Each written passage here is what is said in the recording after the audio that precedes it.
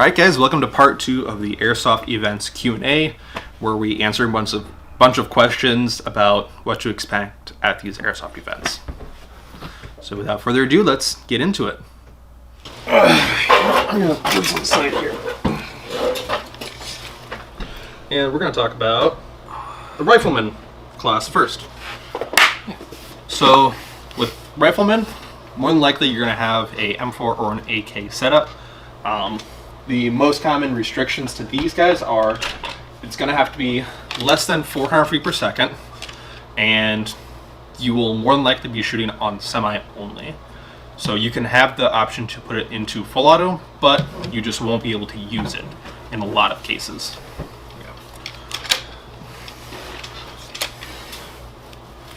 You want to grab... Medics can either run rifles or another thing that is useful for medics because they may be moving around a lot. Something a little bit lighter weight would be something like an SMG, like this MP5. Just simply because when you're moving around a lot, like medics do, running from one person to the next, healing them, something a little bit smaller, lighter weight will help. So the small, compact frame of an SMG might be suitable for that. But then again, you can also use regular M4 or something like that as well. Most of the times your gear setup for a regular assault rifle will be just as usable for a lot of SMGs. More commonly within event or events in general, they are going to allow for SMG rules or SMG class rules. And so these are always going to be a smaller caliber replica, like a 9mm 45, 5.7, something like that. And more likely they will have the option to do full auto, but they are going to be restricted to a way lower velocity compared to a regular Rifleman rifle. Yep.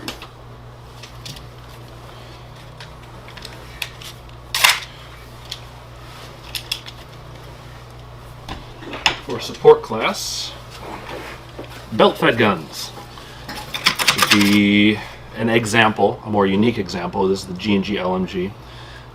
It's an M4, but not an M4 because, as you see, it has the belt-fed design. This is meant to, in real life, run off of a belt versus a magazine. Another example would be M249, an M60, PKM, anything like that that runs off a belt is your support weapon. These are meant for sustained rate of fire and generally will have a much larger ammo capacity. 1,000 rounds to 3,000 rounds in a lot of cases. These are your full auto guns. These are the ones that are allowed to use full auto. Now, it depends from event to event. Sometimes you are restricted to, not being able to go indoors with something like this. So having a good backup gun, like a pistol, is a good option for a support gunner. Also, more commonly with events, having an M4 that has a drum magazine or something like that is not acceptable. It has to be a larger base rifle. So this example would not work for 95% of events. Yeah, because it's not a belt fed. Now there are some non-belt fed machine guns out there. The RPK, the M27, which is still not allowed in a lot of milsim events as a support weapon, but it is a support gun. But for the most part, if it's a support class, it's got to be belt fed.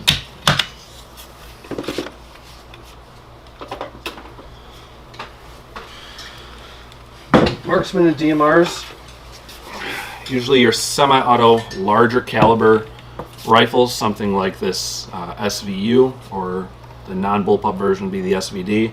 It is a large caliber mag versus your standard 5.56 or a 7.62 by 39 like a standard AK is a lot of times. This would be a larger caliber. So this visibly is obvious to not be a standard rifle. And usually you would have to have this semi-auto locked, whether it is mechanically disabled to have full auto or doesn't feature full auto at all. And a lot of times you'll have longer engagement distance with something like this, say, 50 feet or further. Another example would be like an SR-25. That's a pretty common one for a marksman.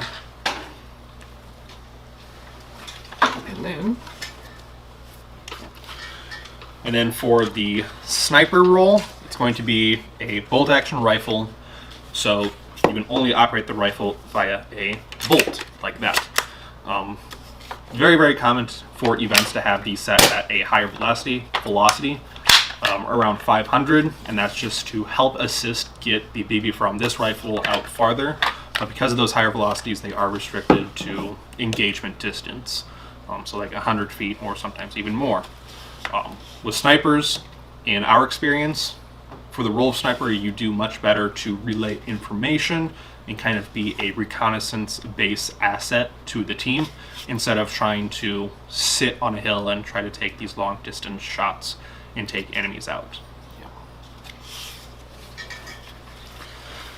Types of pistols that would work for milsims are going to be the Elite Force 1911.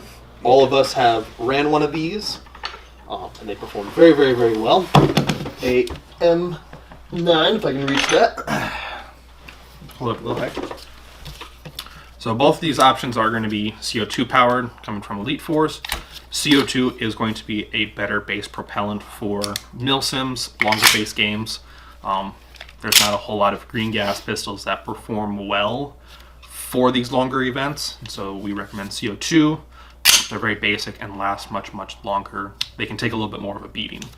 The Glock 18C, it could be a good option as far as the backup rifle for either a support class or the marksman / DMR / sniper, which is going to have the extended magazine for more shots, and full auto may not be acceptable for that pistol, depending on the game. Yeah, depending.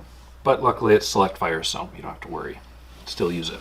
Can you think of any rifles or guns that would not be acceptable or go to as far as events? Don't use steel BB guns. Don't use Walmart guns. Don't use the cheap stuff, yeah. Like your spring-powered assault rifles, cheap shotguns, spring pistols, plastic gearbox. So yeah, actually like the Cyma shotguns that are spring-powered, maybe not a good option for milsims, although they can work.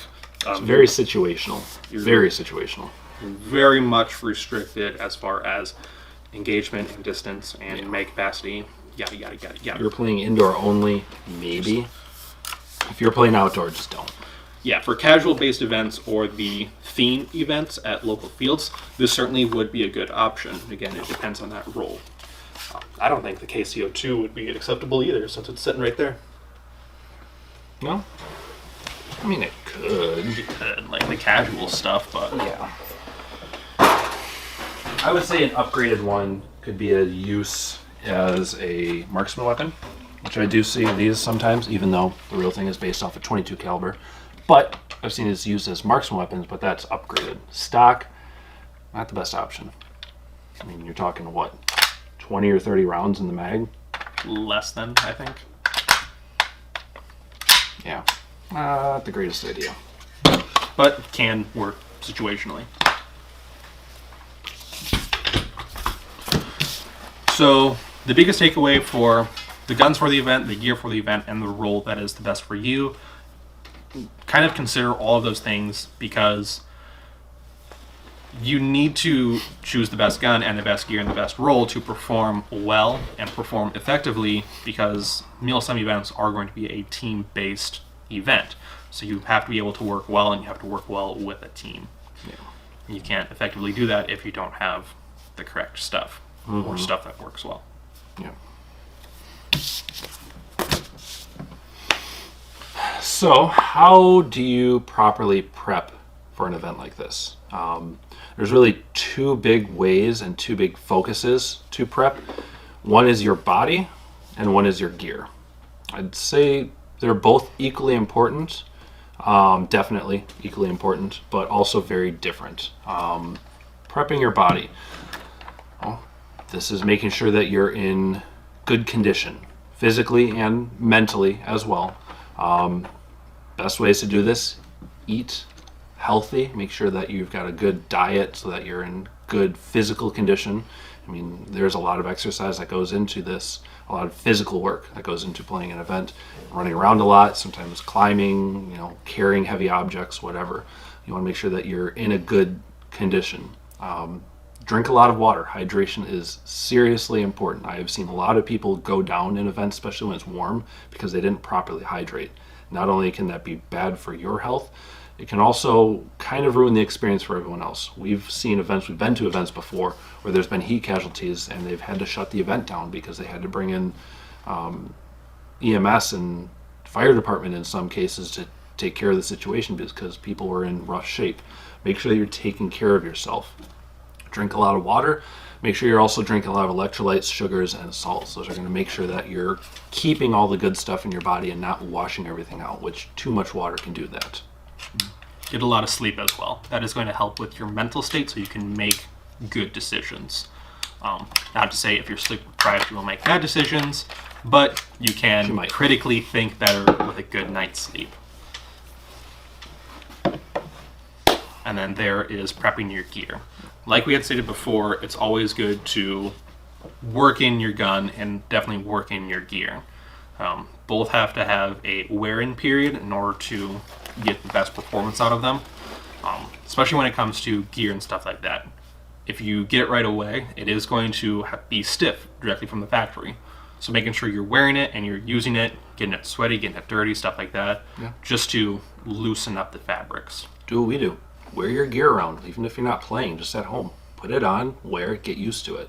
And with your guns, you have to go and use them for long periods of time. So when you get the rifle, don't just plug a battery into it and shoot a couple magazines out into your backyard. Actually go and use it for a long period of times at local fields or even smaller events, stuff like that, just to make sure that it can handle the strain of long periods of play. Definitely, and make sure that your gear is set up so it's going to be comfortable and won't fall apart too. You know, especially with like molly weave where you've got the straps that weave in. If you don't do it right, running around, something might fall off. Make sure that, like I said, it's comfortable because, like I said earlier, if it's not comfortable, you're probably not going to have a good time. If you're wearing a plate carrier and it's sitting all wrong and it's giving you shoulder and neck pain, you're not going to have a good time. Make sure that it's working right for you. And get a packing list before you pack for the event. Yes, for God's sake. And make notes to yourself, write it down, and write it all over the place to charge your batteries before you go anywhere. Prep your gear so it's ready to use for the event. Don't do it all last second, too, because you're going to miss something. Too many times have I forgotten to either charge batteries, and I have to borrow friends' batteries who actually brought theirs and were prepared, or I'll just forget some type of essential piece of gear. Like I have forgotten eye protection. I've done that quite a few times. So make sure that you have a list and you are good to go. Check it 5 times. What can people expect at events? Definitely larger numbers of individuals because this is going to be a larger event. There are going to be more players with a wider range of experience. So more people that have more experience and more people that have less experience. So you have a larger range for the player base. Numbers can be very large too. Some of these events can be 200 people. I've seen big events that are up to like 600 people. So it's not going to be like your normal walk-on. It's going to be a lot more people generally. Yeah, at the Ballahack field, his most recent event, the first day of the event, he had 800 players total in one field. So it gets very, very busy, especially if they're all constrained to one set location. And you know, with that player base, you're going to have way more experienced players. People are going to be older, and I remember my first time going to a milsim, I was very much intimidated by these more experienced players. They had much better gear, and they seemed to talk a different language, you know, so be prepared for that as well. No reason to be too intimidated though. You know, just be open to it. People are usually willing to help new people. I mean, I know my first event, I had no idea what I was doing. I showed up, I didn't know anyone, was kind of lost, and I was lucky enough to have a group of regulars notice that I had no idea what I was doing. They kind of scooped me up and said, hey, you're going to run with us, and they kind of showed me the ropes. So expect that kind of stuff. It's not uncommon in the airsoft community. People are usually very open to helping new people because they want to grow the sport, the hobby, game, whatever you want to call it. You usually want to see people get into it, because honestly, if you don't grow it, it's going to die out. Nobody that's in it wants that to happen. So, if you go and it's a little intimidating and you don't know anyone, be open to just talking to people and find somebody to run with. It'll improve your experience a lot. Next would be how to be the best. The biggest thing for that, number one, would be communication, whether that be face-to-face with other teammates or having a radio setup to communicate with people that you don't get to see face-to-face, whether that be a different team or your command structure, so your platoon commander or even your company commander. Know how to properly communicate. Make sure that what you're saying is easy to understand. Don't say, hey, there's a dude over there. Be specific. Let people know what you're actually talking about. There's nothing more frustrating than trying to get information from someone and they don't really tell you anything. Make sure to do your research. If you're going to try to get a Baofeng radio or even a high frequency radio, you need to have the correct license to operate that radio. Otherwise, going to Walmart and getting the standard 21 channel radios, not an issue. Just make sure you know how to use them and where to use them. So do your research. Make sure you follow directions. You've got a command structure of some sort at pretty much any event, whether that be staff for the event, whether that be your side commander, unit commanders, squad leaders, whatever. Following directions is going to make your job and everyone else's job a lot easier, because nobody likes to have somebody go out there, have an objective, and they're just kind of wandering around not doing it. Your team's kind of relying on you to do your job, what you're tasked with. So follow what you're told. I'm not saying, go let somebody boss you around, but if there's directions, follow them. And be a team player. And that's either with your direct team or with other people that are on the same team, I guess. So you have, most common setups are going to be squad based, which is a group of 8 to 12 guys, and that is your squad. You're going to have radio communication within that squad, and then there's usually 4 to 8 squads per platoon, and yada yada yada yada. So being a team player is working well and effectively with that squad, and also being able to work well with other squads if you meet up with them to capture other objectives. So the next thing to go over is what you shouldn't do. What you shouldn't do as far as making sure that you're going to have a good time and not have a bad time. Don't overdo it. Don't overexert yourself. Don't push yourself to the limit. It's just for fun. Last thing you need to do is go and hurt yourself or wear yourself out so you're only able to play part of the event. I've seen far too many people overexert themselves, hurt themselves, whether that be, twisting an ankle or, getting a bad Charlie horse or something like that, where then they're unable to play either for the rest of the event or at least for some time.